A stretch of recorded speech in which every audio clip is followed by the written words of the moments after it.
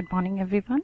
Continuing our last lecture, जो last condition है that is IPOs के लिए, दैट इज जो इशूअर है वो आईपीओ के लिए उसने ग्रेडिंग ली हो, जो ऑफर वो करना चाहता है उसके लिए उसने one or more credit rating agencies जो रजिस्टर्ड हैं बोर्ड के साथ उससे रेटिंग उसने ली हो। Then conditions further public offer के लिए एफपीओ जिसे आप कहते हो, as per regulation 27 of SEBI issue of capital and disclosure regulation 29, जो कंडीशंस है फर्दर पब्लिक ऑफर के लिए वो हैं कि जो एक इशूअर फर्दर पब्लिक ऑफर कर सकता है अगर वो ये कंडीशन सेटिस्फाई करता है जो मेंशन है clause D and E of sub regulation 1 of regulation 26 में।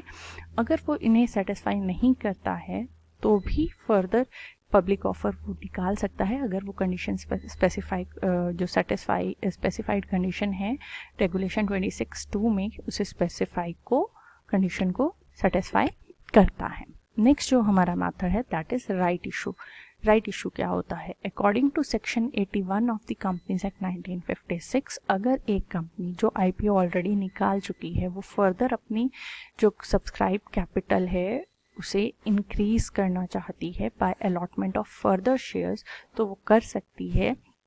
अब लेकिन उसके लिए उसे पहले जो अपने एग्जिस्टिंग शेयर होल्डर्स हैं उन्हीं को उसे वो जो इशू वो निकालेगी उसे ऑफर करना पड़ेगा। और जो राइट इशू का ऑफर है वो सिर्फ तभी निकाल सकते हैं जब जो कंपनी है जो सब्सक्राइब करवाना चाहती है अपनी capital by allotment of further shares, उससे जिस डेट को वो फॉर्म हुई है उस डेट से 2 साल हो चुके हों, मतलब कंपनी को फॉर्म हुए 2 साल हो चुके हों, या फिर जब उसने अपना फर्स्ट अलॉटमेंट किया था शेयर्स का उसको 1 साल हो चुका हो, टाइम पीरियड 1 साल का हो चुका हो, तभी जो कंपनी है वो अपना जो ऑफर है शेयर्स का उस एग्जिस्टिंग शेयर होल्डर्स को दे सकती है, और वो भी उस प्रपोर्शन में जिसमें वो ऑलरेडी शेयर्स हेल्ड करते हैं, उसी को राइट इशू कहा जाता है। तो जो शेयर होल्डर हैं उनके ऊपर कोई लीगल बाइंडिंग नहीं है कि उन्हें एक्सेप्ट ही करना पड़ेगा ऑफर की, उन्हें सब्सक्राइब ही करने पड़ेंगे शेयर्स। जो शेयर होल्डर्स हैं उनके पास राइट है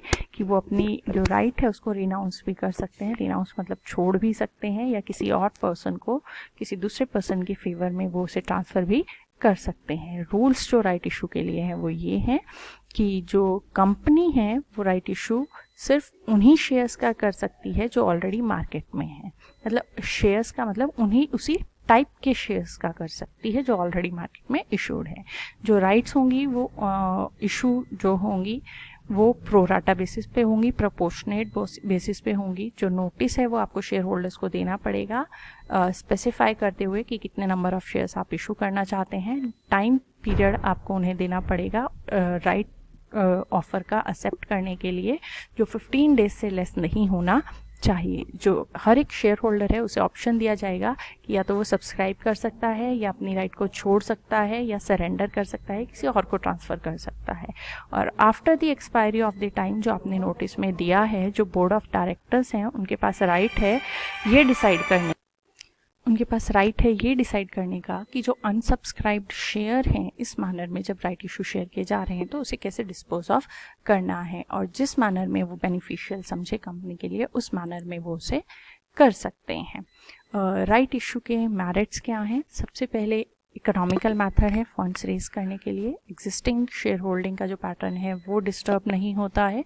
रेजिंग कैपिटल थ्रू राइट ज़्यादा सर्टेन हो जाता है पब्लिक इशू के कंपैरिजन में।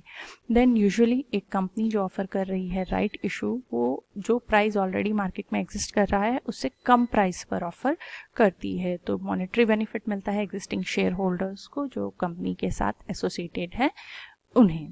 देन जो अपॉर्चुनिटी मिलती है एग्जिस्टिंग शेयर होल्डर्स को कि वो सेम कंपनी में इन्वेस्ट कर सकते हैं जिसके साथ वो वेल कन्वर्जेंट है, मतलब के बारे में उन्हें ऑलरेडी जानकारी है। डीमेरिट्स क्या है? ये मेथड आप सिर्फ वही कंपनीज यूज़ कर सकती हैं जिनके शेयर्स ऑलरेडी मार्केट में इशूड है। जो इशू है वो लिमिटेड होता है सिर्फ एग्जिस्टिंग शेयर होल्डर्स के लिए। जो कंसंट्रेशन है वेल्थ का, इकोनॉमिक पावर का, वो फ्यू हैंड्स में रहता है। तो इसके साथ ये जो टॉपिक है आज का हमारा कंप्लीट होता है। कल नेक्स्ट लेक्चर में जो हम कंटिन्यू करेंगे इसका, that is SEBI regulation 2009 for right issue. Thank you so much.